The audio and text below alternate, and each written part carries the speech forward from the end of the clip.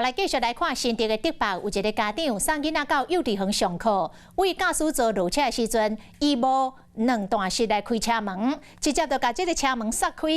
结果害后壁一台妈妈载着囡仔机车，弄到这个车门摔倒在地。加在这个乌多摆是骑慢慢啊，这个妈妈还佫有法度家己爬起来。啊，这个跳树的驾驶是有够紧张哦，赶紧甲小朋友抱到人行道来关心这囡仔的状况。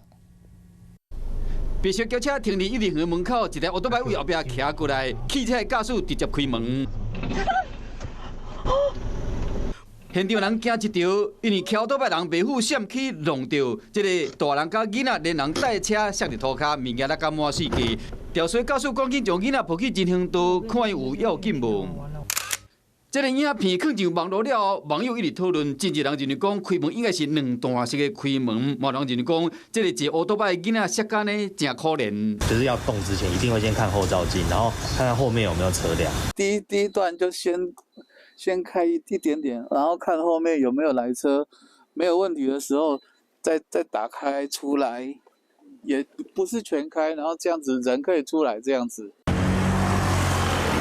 代志发生伫1月29早起8点外，伫新竹竹北的成功北路，白车驾驶准备落车送囡仔开门时，无注意，才会去造成这个意外。加在当时这个骑乌多摆人骑无紧，才无造成重大伤害。依照道交条例，驾驶人停车的时，若是开门还是关车门的时，因此造成车祸，会使罚2004到4000元。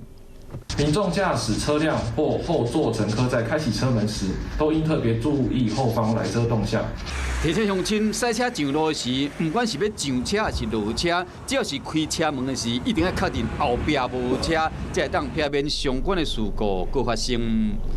Hello， 我是蒋欣梅。想要抢先掌握最及时的新闻资讯吗？赶快订阅、按赞、开启小铃铛，锁定华视新闻 YouTube 频道。